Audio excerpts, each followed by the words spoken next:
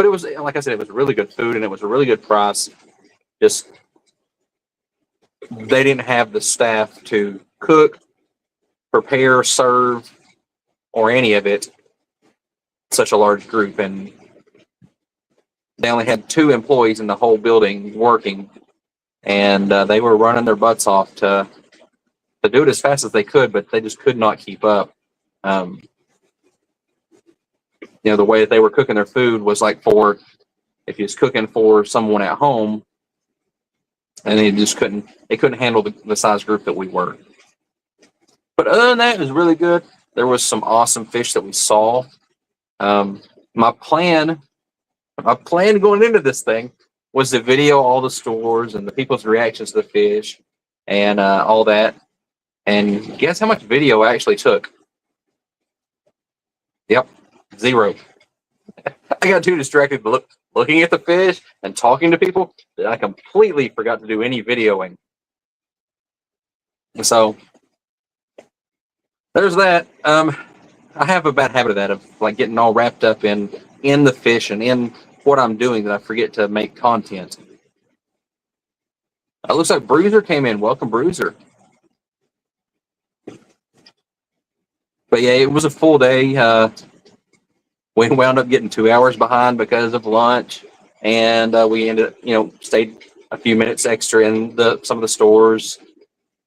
But it was a good time. People got some wild stuff.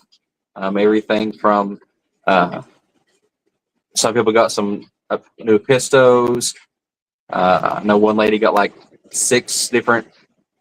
I think she said 3 different types of coolie loaches. I didn't know there was 3 different types of coolie loaches, but I don't know coolie loaches very well.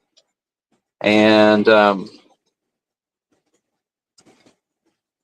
think she said she got 6 of each one. A variety of Corys. I know one guy got some Mabunas. One guy picked up some Goodyears, all kinds of different stuff. And we went into one store, and I was specifically looking for Limias. And you know me, I'm into the live bear thing, and I'm looking around the store because I know this store normally has Limias. I'm looking around. I'm like, well, they must not have any. And as I'm leaving, I'm talking to another lady that's in our group, and she was showing me the fish that she got. And of course, she got 2 types of Limias. That when I'm looking for a fish, I can't find it, even if it's directly in front of my face. But she found 2 different species of Limias at that store, and got those. So I'll have to make a trip back up there sometime.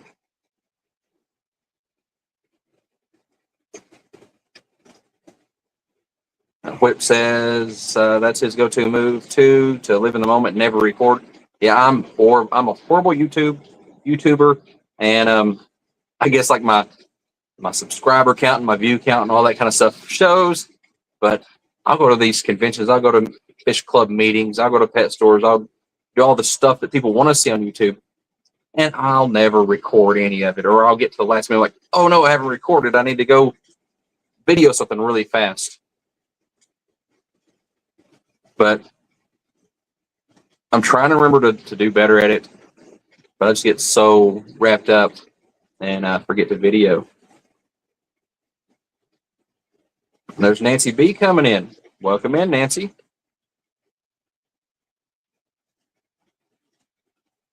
So I set aside the title or the topic for this video, for this live stream, to be Substrate, because I was debating on, what type of substrate to put in a couple new tanks that I've got and stuff like that. And then started thinking, well, how important is substrate? What's it do? And did I want to go with like commercial fish aquarium marketed substrate? Or did I want to do my typical thing of doing like pool filter sand or blasting sand or pea gravel? Because most of my tanks, I'm looking around right now, that one's blasting sand, that one's blasting sand. The one down there, I'm pointing, you can't see, the one down there is pea gravel. The one up top over there, it's actually I'm pretty sure it's actually like PetSmart black painted gravel with some oddball gravel mixed in. Some of my tanks have actual like aquarium coated gravel in them, but usually when that occurs, it's because I picked up a used tank that had it in it or something, and I don't often dispose of it. I just mix it back into other stuff.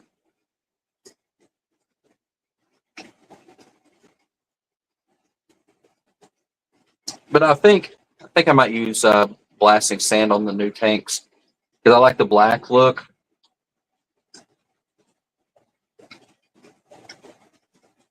But that's something crossing my mind right now as I'm talking and thinking and stuff.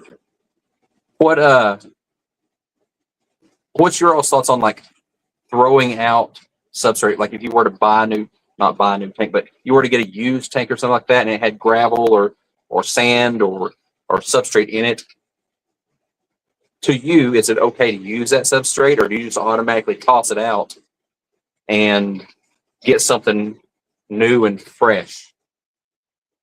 I know some people think that there is added something in the used substrate, like maybe nutrients or something for their plants, and then other people will think that there's potential chemicals or disease or parasites or something in that used substrate.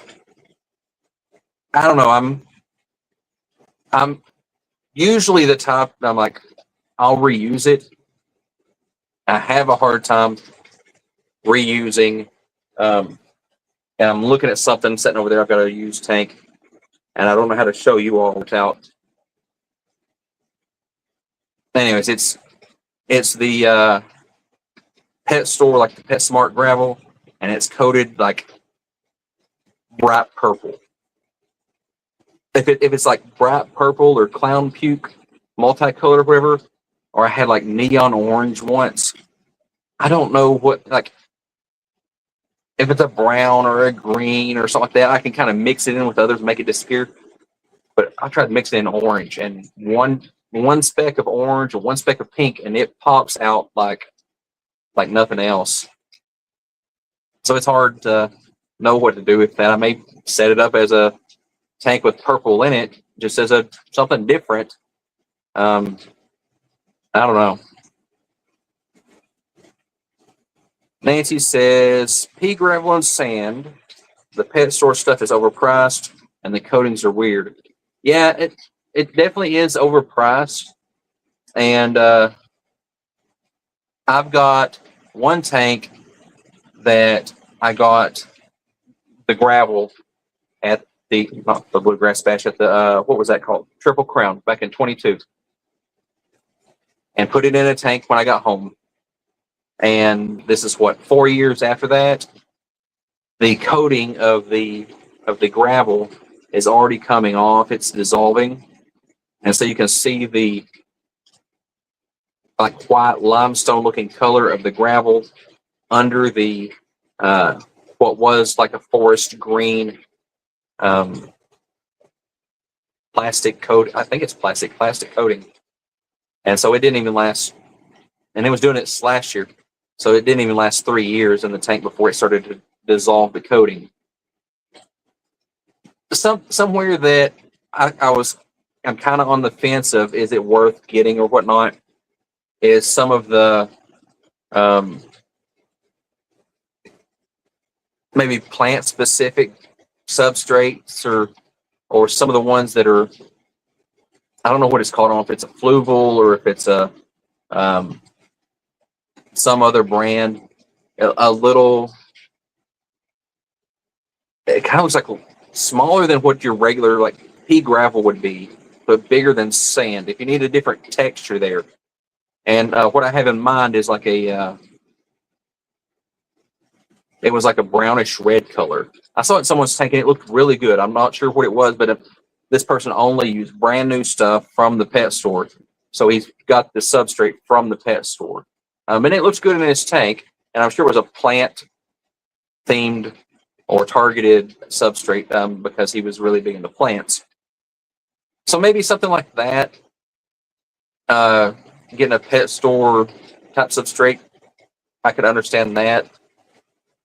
But even, I mean, you could probably even find that stuff in non-pet store, non-aquarium marketed items for a lot cheaper. Like I know I've heard of people using like the Safety Zorb chemical spill absorbent material. It's a clay, but it absorbs chemicals into it. So people will use that in their substrate and dose fertilizers and stuff into the tank before they get the plants and stuff in there. And the Safety Zorb will absorb all the fertilizers and then over time release them back out into the root system of the plants, kind of like some of the plant substrates do.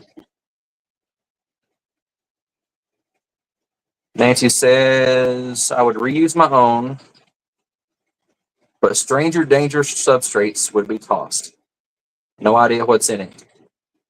Yeah, and that's what I say. It's like some people's that way, that you don't know what's in it. You don't know if it's got some parasites going to come back out, or if they tried to take care of their fish when they're having trouble by just like bleaching the entire tank, and then you got substrate bleach. But at that, I guess you got the issue with getting the bleach and the silicone and everything. I've had a few tanks I just call like the bad juju tanks, that whatever I do, no fish that I put in them will survive very long.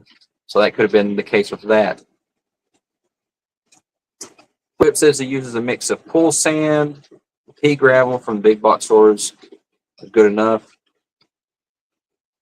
Yeah, and I think, I mean, I've been doing YouTube for 15 years, so I can't remember what videos I've made and what I haven't. But I think years ago I made a video on like the most cost-effective substrate, and you got the pea gravel, you got the pool filter sand, and you got the blasting sand. And I think like the pea gravel ended up being like the cheapest per square footage covering or whatever. But I like the look of pea gravel on a lot of things, but then on other things I want it to be finer. But for my underground filters, pea gravel is what I use on almost all of them.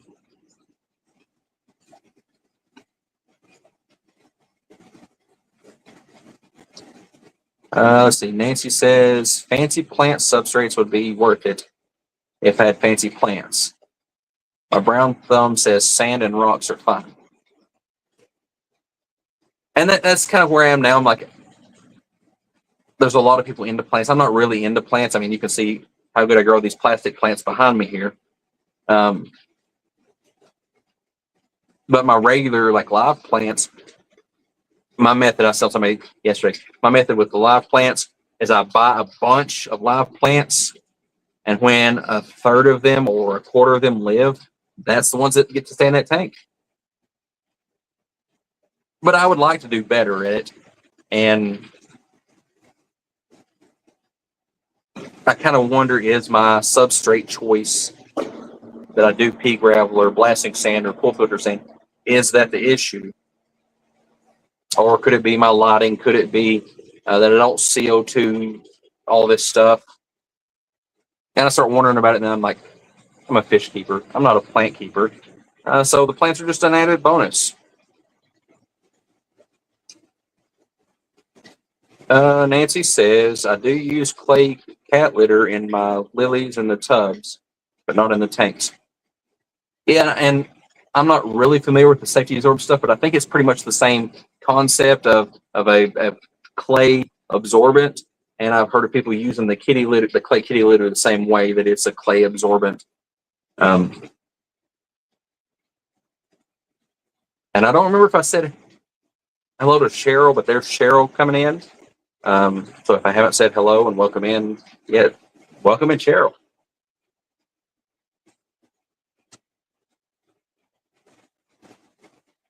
And Skull says, I just get mine from Home Depot or somewhere if I even use it. And that's the other thing, is like bare bottom, that's an option. And I've got some of my tanks bare bottom. But to me, it feels wrong to use bare bottom. I mean, maybe if you paint the bottom of the tank where the fit, because okay, so my tanks, as if you watch my videos, you probably see I have like multi layers. I have a tank on top and then a tank on the next rack and a tank below it. So if I don't paint or have substrate on the top tank, the light from the one below it will shine up from below. And maybe I'm just humanizing the fish more, but I'm like, that would be weird to me if the sun's shining from my feet and from my head. So that's one reason I think, I'm a believer in substrate. The other reason is substrate is awesome for growing beneficial bacteria. So like even if I take the filter out of my tank and I still have some air aeration in it, there's a lot of bacteria in the tank to help keep the ammonia and nitrites and stuff down. Plus other things like I have fish that like to graze, and there will be little bits of food and stuff down in the substrate that they can graze on, which I've been told from some cory experts that that's really bad for cories to have a place that food particles can get down in gravels and stuff like that, that it will actually cause bacterial infections. And I may see that down the road, but I'm not a big cory keeper either. I'm trying to get into cories also, but that's another thing that hasn't really reeled me in. Let's see. Quip says, I did pick up a small pet store bag of gravel a while back. It's very nice looking, but it costs as much as a small bag as it does for multiple big bags of big box store sand and gravel. Yeah, and that's my thing is I'm cheapskate. I thought about doing a video on how much all this out here costs, because people's like, oh, aquarium keeping is expensive and you got to be rich to have aquariums. I'm like, you can make it be expensive, but I mean, just looking at the tank behind me, the tank itself cost me nothing. The stand cost me nothing. The filters cost me nothing. The fish that I have in here, I bought in a big lot. So all the fish in this tank was probably $5. The plastic plants, I probably have $3 in all of them together. So it doesn't have to cost you much. And there's even ways you can do it where aquarium keeping doesn't cost you anything. So paying, $50 for a bag of substrate at an aquarium shop is a hard purchase for me. And I'm the same way with like rocks. And I was telling them yesterday at the shop, I was like, I need more rocks, I need more wood, I need more substrate. But I hate buying rocks, wood, and dirt. It's just something psychological. I hate buying wood, rocks, and dirt.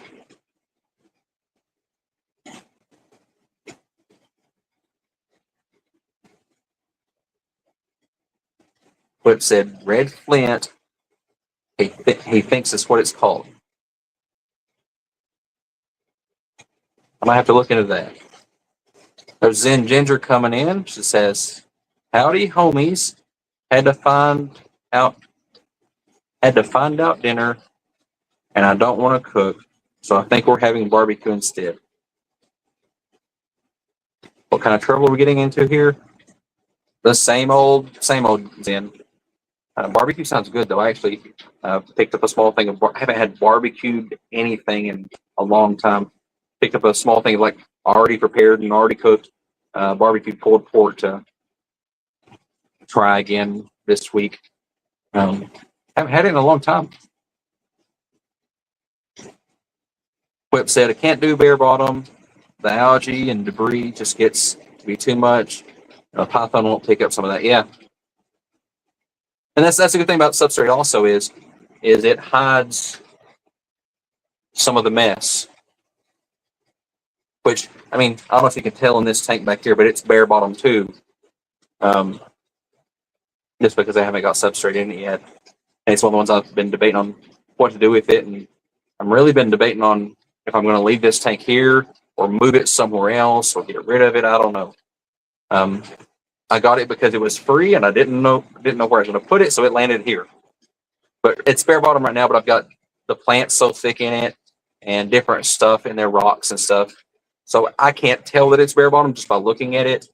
I can look at some spots and see, like right here, I can kind of look and see the bottom a little bit, but I try to cover at the bottom with plants so the fish don't get, in my mind, spooked. But there's not a tank under it for the light.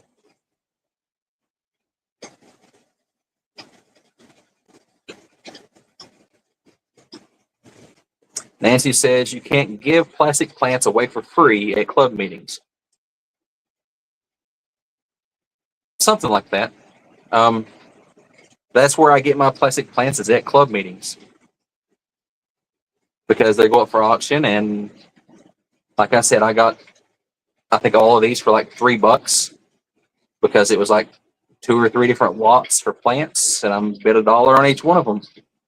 And nobody else wanted to bid, and my dollar bid was to let's get moving along and go on to the next thing.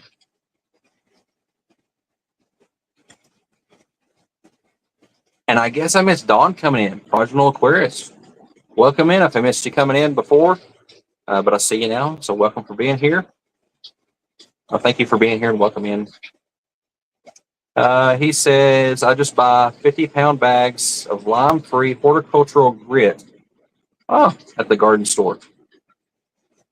Cost me about 6 pounds or $8. Horticultural grit. I wonder if we have similar thing here. That may be something. I know of people using like crushed coral and crushed oyster. Okay, I can't talk. Crushed oyster shells in their substrate or as a substrate. And I can see that being okay for some fish, but for a lot of fish with my water, it wouldn't be good. It would jump the pH way too high. Especially like I point up here, you can't see my hand, but I've got some apistos up there, and they would not like that at all because my pH is already a high pH. Whip says, plant snobs. I'll take all the plastic plants you want to give. That's me. I get all the plastic plants that come up for auction at the club. Somebody else wants them. Okay, that's fine. They can buy them. If nobody's bidding on them, I'll take them, because honestly, my fish don't care if it's live plant or if it's a fake plant. They still use it for cover. And some of my fish like to nibble on plants, and having the plastic plants in there keeps that from being an issue. And for a tank like this, it's bare bottom.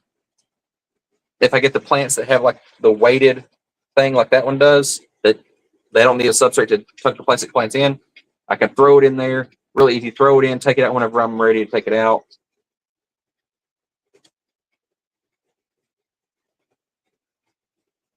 Fish is here. Welcome in. It's Hello Fish Fools. Nancy says, I made tacos because it was quick and easy. We're going to start talking about food. Make me hungry. That's usually what I go to like Jeff Pelham's stream for, or David's stream for them talking about fish. They're talking about food along with the fish. Got fish on the brain, got food on the brain. I get mixed up.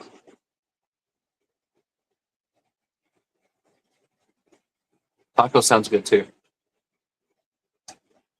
Zen says, I feel like the pendulum swung really hard the natural direction around COVID times, but I happen to still like the neon plants and mermaid on the clamshell. I have both. Yeah, the natural look thing. I mean, it hit really hard a little before COVID, um, and it I guess really picked up in COVID. Of course, everything in the aquarium hobby seemed to during that time. And I think the glowfish trend is bringing back some of the plastic plants and some of the plastic ornament type stuff. There's a thing with like plastic plants and plastic ornaments. You really have to watch the quality because, like we were talking earlier about the gravel having the coating coming off of them, some of the plastic decorations or resin decorations and the artificial plants have the same problem. They aren't expected to have the lifespan that some of us that keep fish for a long time would have, because the typical aquarium keeper on general keeps their aquarium for 18 months and gets rid of it. And so the plastic plants and decorations and stuff like that aren't really designed and manufactured to be withstanding the water and the heat and everything long term like we keep them. So if you get an ornament or a plant or something like that, just check it real good and keep an eye on it. But yeah, that's an idea too. Is I might make a aquarium up that would be like the typical American first aquarium with the neon plants and neon looking gravel and the little ornament in the aquarium that has the water wheel that turns with the bubbles, or the clam or treasure chest that opens up. Because I think that would be neat. I've had ideas of making retro or nostalgia type tanks of, oh, this is what was really popular back at the 80s, or there was a television show on in the 60s that had this aquarium in it, and this is the exact setup that they had. But some of the equipment that they used back then, you can't get anymore. Skull says, someday I'm going to do a UGF, underground filter, clown puke gravel, plastic stuff, and a saltwater tank, just to mess with people.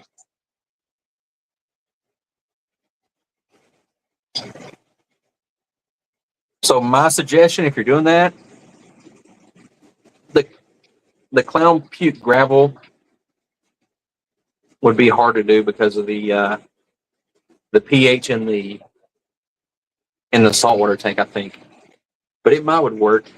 But my suggestion was going to be use crushed coral there, but you lose the clown puke gravel look.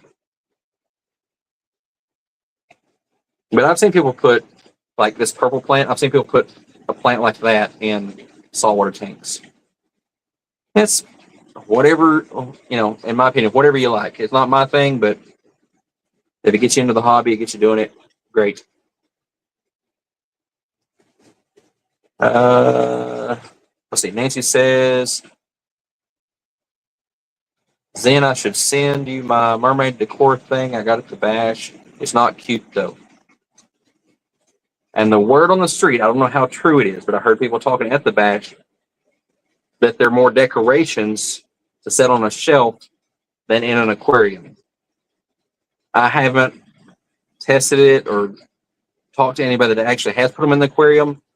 One of the pet stores that we were at this yesterday had some on the shelves selling them, but I tried looking around on the packaging for it to say it wasn't aquarium safe, or it was, but I don't know.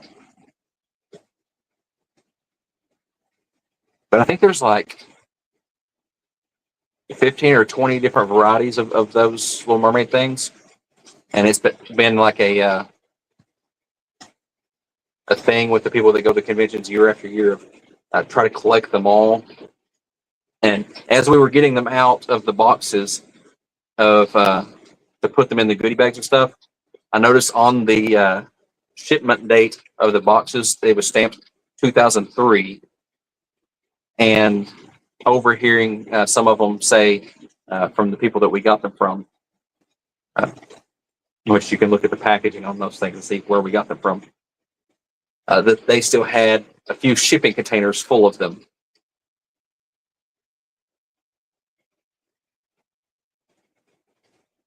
Because I didn't know that you could get them at pet stores, but one of the ones we went to had some. I thought it was just at conventions and stuff. Dawn says my water's the same, crazy high KH, and that's why I buy Lime 3 grids.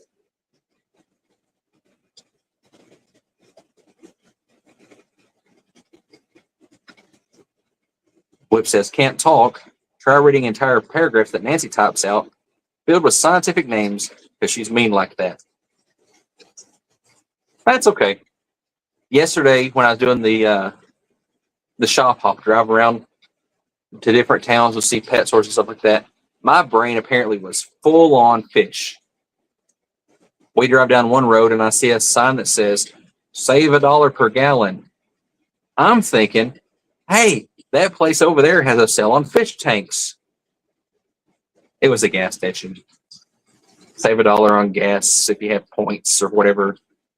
And then on down the line, there was one that said Autobahn Service Center.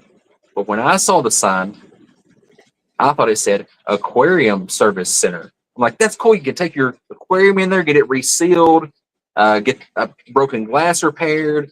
And then I'm like, oh, that says Autobahn, not aquarium.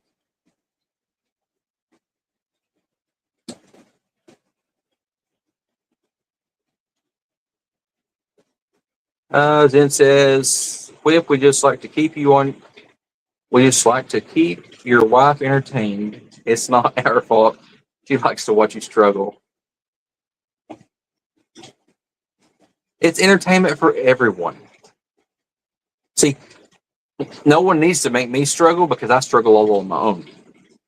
My tongue doesn't want to say the words that my brain says, or I see fish things at the gas station that aren't fish things.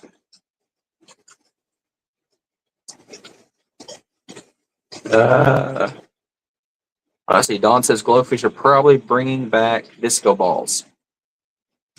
My kids think disco balls are the coolest thing, and they have bought some little like softball size disco balls, or I guess it's about grapefruit size, to hang above their beds because disco balls are in. So there's Flatbed. Welcome in, Flatbed. Flatbed Aquatics.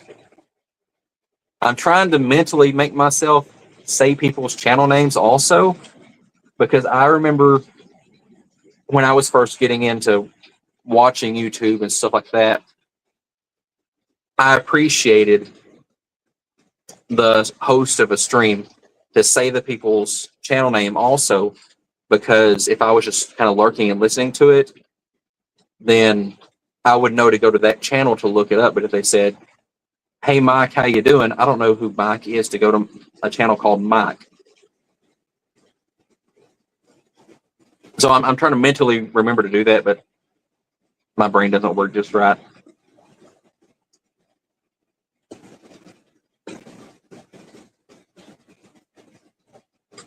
Hellfishes, hashtag Corey's rule.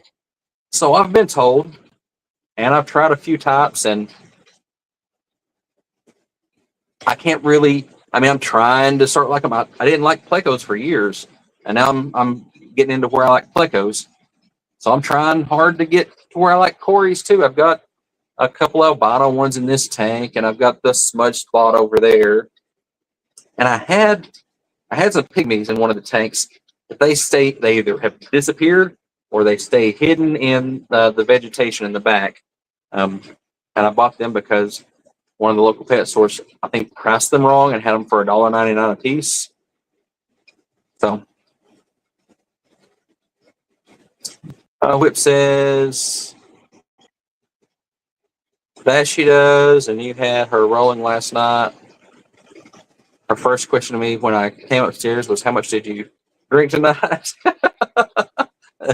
The sad thing was I hadn't had anything other than coffee.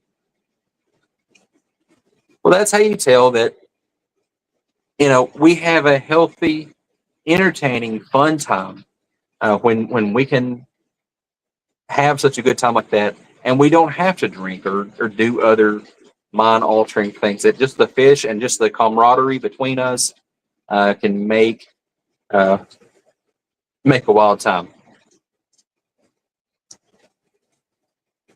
Cheryl said to Curtis, I found a few snakeskin barbs still kicking it today. Sounds good. Anytime you find something that's still kicking. Going on down through here. Whip says he has 2 underbarrel filters running, still likes them. But you have to be a gravel guy,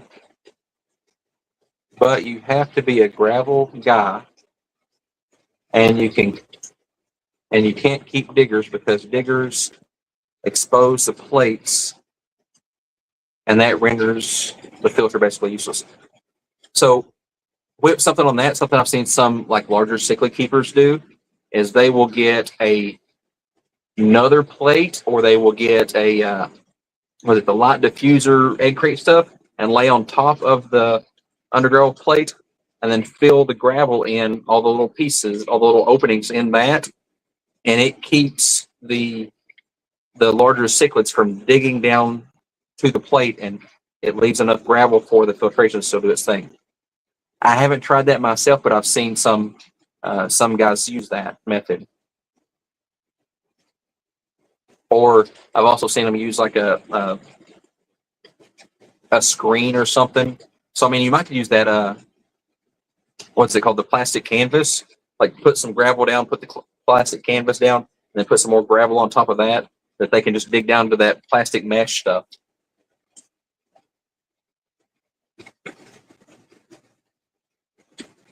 And I've heard people say that they do like sand or dirted underbarrel filters. But at that point, I don't think that you would get the water flow through the sand or dirt to actually make it work. And I think that they just think they're running an underbarrel filter, and they aren't.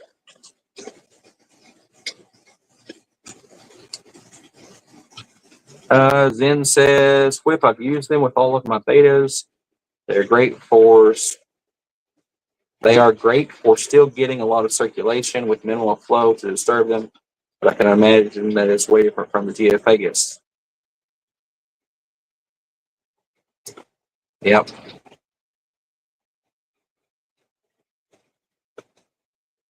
Whip says, Cories are so cute. Even bigger fish lovers love them. And I don't know why that I can't, have the Cories just call to me and say, buy me, buy me, buy me. I have to say, I guess I'll buy some Cories because everybody else likes Cories, and I should like Cories too. But I don't know, maybe I need to put some in a tank that I can just set and watch, and maybe they do something that I haven't seen them do yet or something. I had some Paleatus once when I had a freshwater tank in my living room, and they would swim around. They'd be pretty cool, but I don't know what happened, and they just kind of fizzled out. And my school of 10 went down to 6, went down to 5, and then I looked up and there was like 2 in the tank. And I'm not sure what happened there. But try again, just keep trying different things. And Cheryl says the trick to seeing Cories more is to have a bunch of the same species in the tank together. And maybe that's my problem, is maybe me getting 6 or 10 wasn't enough, and I needed like a big school of like 20 or 30 or something just to get the interaction, and maybe getting the correct species, doing that in the correct tank. Like, I'm doing probably both myself and the smudge spots, I call them simless, the simless Cories, a disservice by having them in the tank that they're in now, because it's running multi-purpose. It's basically, the main purpose is a grow-out tank for my bristlenose. So when I look at the tank, I might see one Cory, and the rest of it is is the bristle nose. So maybe I need them in a tank where if I'm going to have plecos in there, I just have one or two plecos, but the majority of the bottom feeders, if you want to call them that, are the quarries. Maybe that's what I need.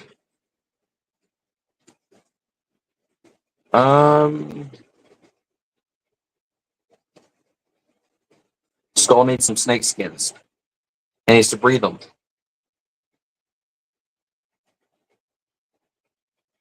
So maybe you've got some you can send to him. Whip says, correct, the water needs to be able to pass through to make it work. I have a light diffuser in a couple tanks. The red terrier digs the sand right out of the little squares. Anyways, it don't care. You're not outsmarting the red terrier, right? But maybe that's where that plastic canvas stuff would work, since it has much smaller holes. Maybe it's a combination. Maybe you put the light diffuser and you put the plastic canvas on top of it, but it can't get down in those little holes at that point. I don't know.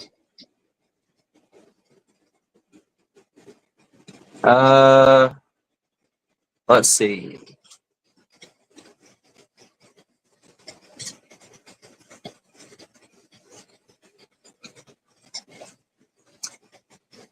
Nancy says these Mapiensis I got a Chattanooga will make easy bat points. They crank out 100 plus eggs every 4 to 5 days. Is that a cichlid? Is it a chili? I'm not familiar with that name. Echoensis. Maybe a Corey?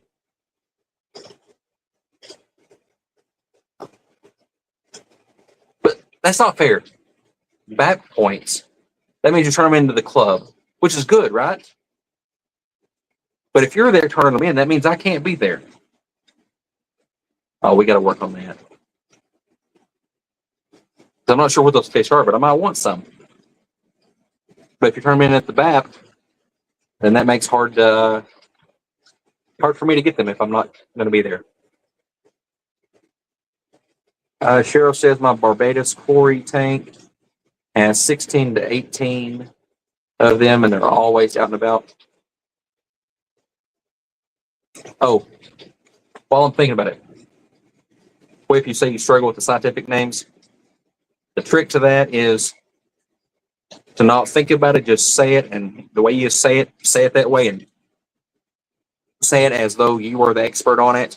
I know some experts in the aquarium hobby that everyone says are experts that say some of these scientific names in such a pronunciation that I can't understand what they're trying to say. And that they say these pronunciations in a way that is different from everybody else, even the people that named the fish. So just say it with confidence and say it. This is the way you say it, and you go with it. And nobody knows any difference.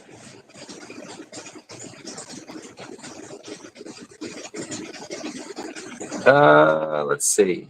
Nancy says, I think quarries are better with at least 12. That's going to be my new number of quarries now.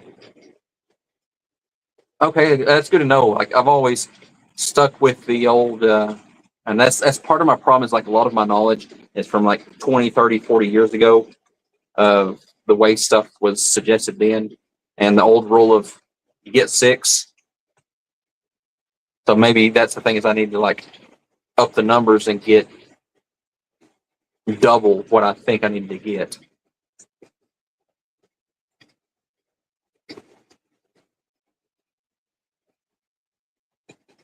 Nancy says to Zen, I commented on Elfish's short that I'd like to see him try his sterilization trick on them. I need to catch up on my shorts, I guess. I don't get to watch as many shorts, so I don't get to watch as many videos or live streams as I used to.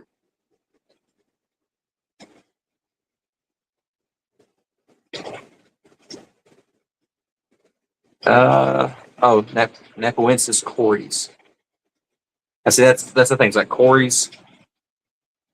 I'm trying to learn the names and trying to learn what they look like, but there are so many of them, and where I haven't really focused on them, I don't know. I don't know them. I don't know as many L numbers of the plecos. Uh, I just wish they would do away with common names on plecos, because there's like 6 pleco species that go by Snowball. There's like 15 that go by Zebra, and all the different common names. There's multiple species that go by that same, and just really confusing.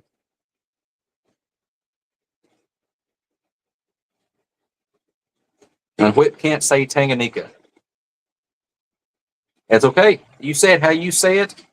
And I know some YouTubers that will say things incorrectly on purpose just to get comments on their videos, because it is interaction, and they say that it helps their videos do better.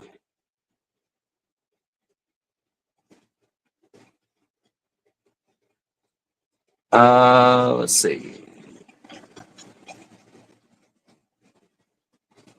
Nancy says Lake Tang. And that's like the orange drink that astronauts used to drink, right?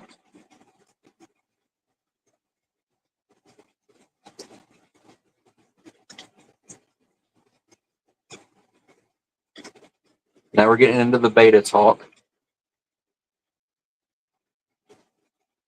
Beta, not bata. And that's, to me, hilarious to hear some of the beta people say that you're supposed to say it this way, and then you catch them 2 minutes later saying it the other way. And it's like, what does it matter? It doesn't really matter, because the point should be the husbandry of the fish, the conservation of the fish, the care of the fish, all of that, not how someone speaks. Which that can go a whole different avenue of thought processes on people's motives and stuff like that.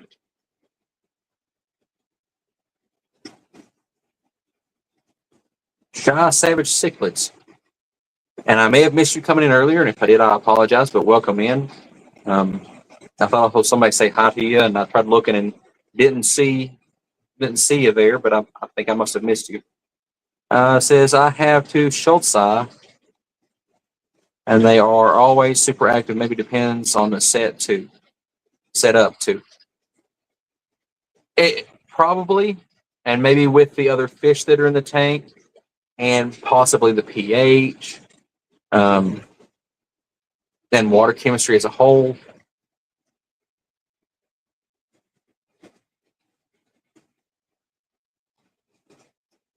And David's working on it right now, Nancy.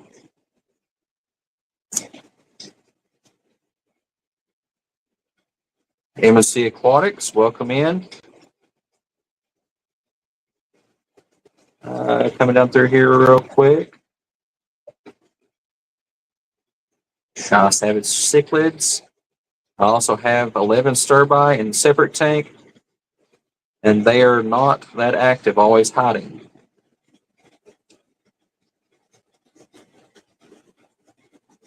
I think I still have pygmy cories in that tank. I just never see them. And I don't know how many that I bought. Maybe it was I just bought 4 or 5. And that may be the problem, is there's not enough of them to feel comfortable to come out.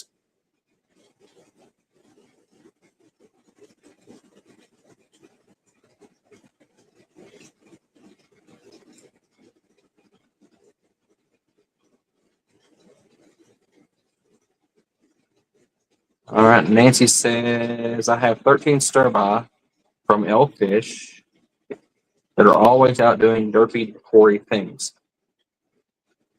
So it may be a personality thing, if fish have personalities, or a setup thing.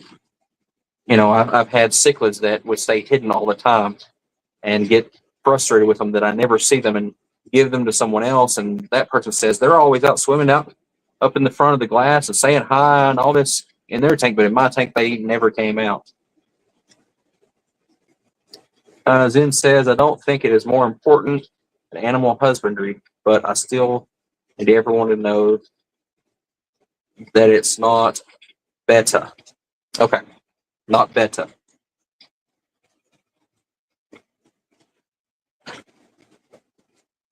Yes, I read that incorrectly.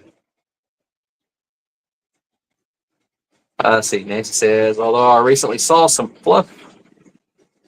fully, I can't read, some fully grown stir-by at a local fish store, and have a ways to growing these guys still.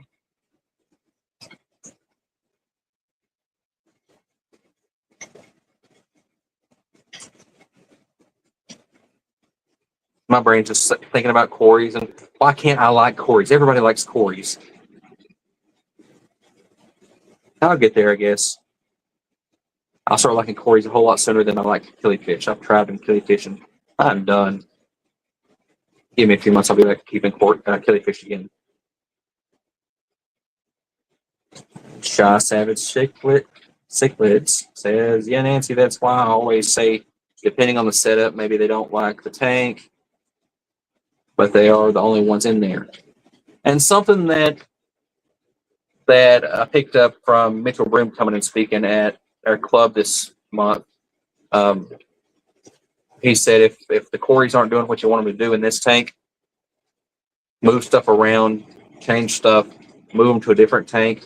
That sometimes you can be doing everything just perfect in the tank they're in, and you can have another tank that's exactly the same. You're doing the exact same stuff in, and you move the Corys from tank A to tank B.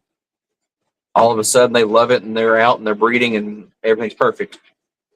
That just a change makes it that way. Makes them happy. I don't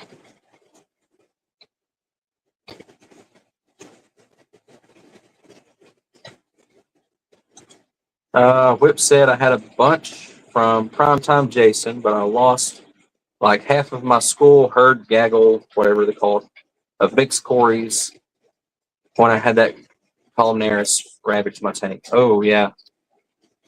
I can just imagine that would be a horrible parasite to have. Hmm.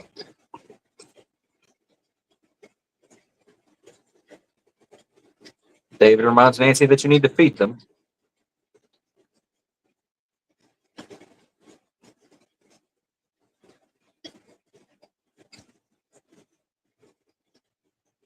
Didn't know they could get so big, she says. And she says she does feed them, but they're not 3 inches long and 2 inches tall. And water chemistry can change a fish's size also. You know, I know with like swordtails, it's a lot in the breeding that the commercially raised swordtails now are bred that be smaller. But I've read studies also that show that hormones in the water, if they reach a certain level and that type of stuff, it starts to stuff the growth in fish.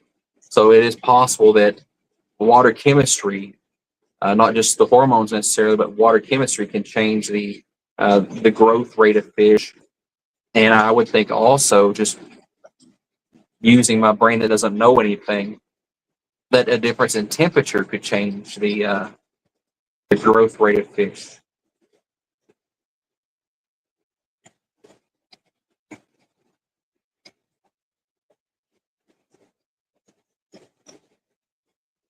Lunchbox stir-by, that is, Whip says.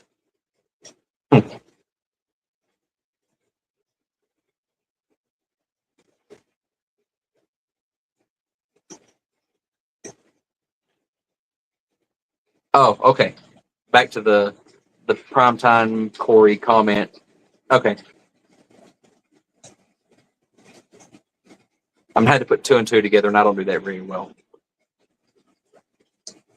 Shy Savage Cichlid says, makes sense. I'm working on getting a couple of other tanks going to move them.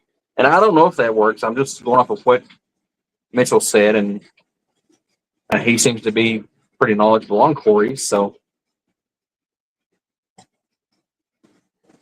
okay, so Lunchbox was a thing.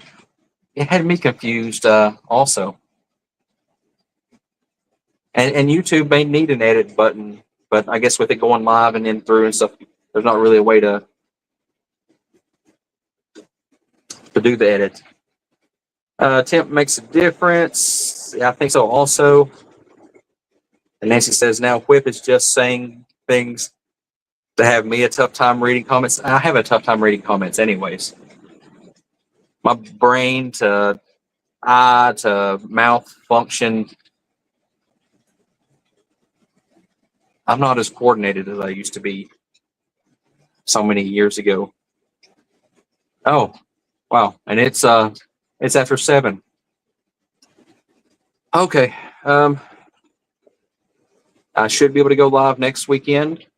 I can't think of anything blocking my schedule there. I know I've got the Nashville club meeting on Saturday.